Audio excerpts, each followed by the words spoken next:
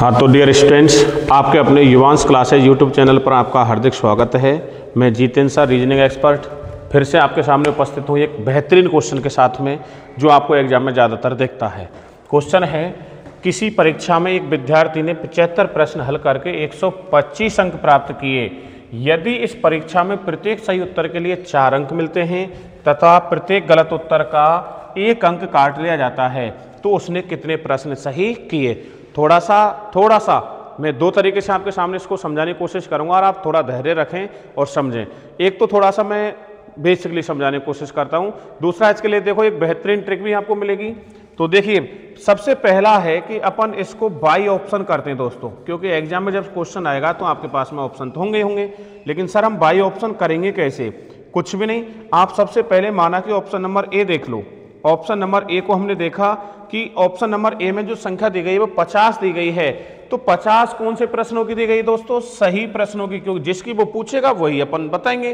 तो option number A के अनुसार सही प्रश्नों की जो संख्या दी गई है भाई, सही प्रश्नों की संख्या है दोस्तों 50।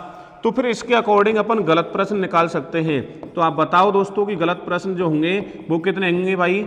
25, क्योंकि टोटल कितने किए थे उसने? 75 में से 50 अगर हमने सही मान लिए तो गलत कितने हो जाएंगे? 25। अब चेक ये करना है कि प्रत्येक सही के लिए 4 अंक मिलते हैं। तो 50 का गुणा 4 से करो तो इसका मतलब है उसको कितने अंक मिलने? 200।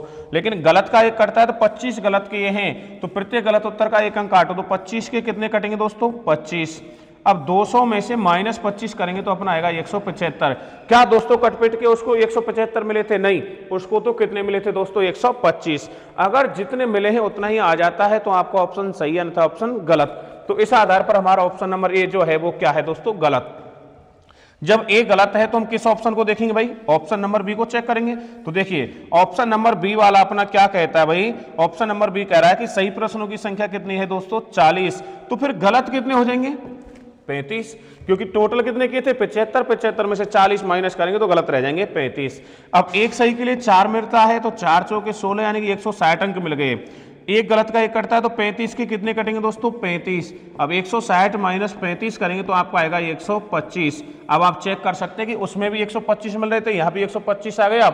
अगर ये सेम होता है, जितने मिले हैं उतना ही आ जाता है, तो आपका ऑप्शन सही है, अन्यथा ऑप्शन आपका गलत है। लेकिन एग्जाम में इससे भी कम समय में करने के लिए मैं आपके सामने देखो एक ट्रिक बताने जा रहा हूं, और ट्रिक को आप लोग दोस्तों समझने का प्रयास करें एक ही बार में अच्छे से। देखो इसकी जो ट्रिक है वो ट्रिक क्या है दोस्तों, और ये ट्रिक है आपको बहुत मदद करेगी। ट्रिक है कुल अंक प्लस कुल प्रश्न, कुल अंक प्लस कुल प्रश्न बटे सही अंक प्लस गलत अंक, सही अंक प्लस गलत अंक, सही अंक प्लस गलत अंक। और ये भी मैं आपको बताना देता हूं दोस्तों, ये जो ट्रिक है ये आपको किसी भी पुस्तक में मिलने वाली नहीं है, क्योंकि ये स्वयं के द्वारा बिल्कुल बनाई गई है मेहनत से। कुल अंक प्लस कुल प्रश्न बटे सही अंक प्लस गलत अंक। तो बताइए कुल अंक कितने मिले थे दोस्तों उसको? 125। तो देखिए 125 जो मिले हैं, 125 प्लस कुल प्रश्न कितने किए थे भाई उसने? कुल प्रश्न किए उसने 75 बटे सही अंक, मानी कि एक सही के लिए कितने अंक मिलते हैं? 4, प्लस एक गलत का कितना अंक कटता है? 1 कटता है।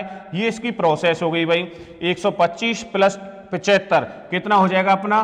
200 बटे 4 और 1 5, 5 चौके 20, 0 की 0। तो आपका आंसर आया कितना? 40।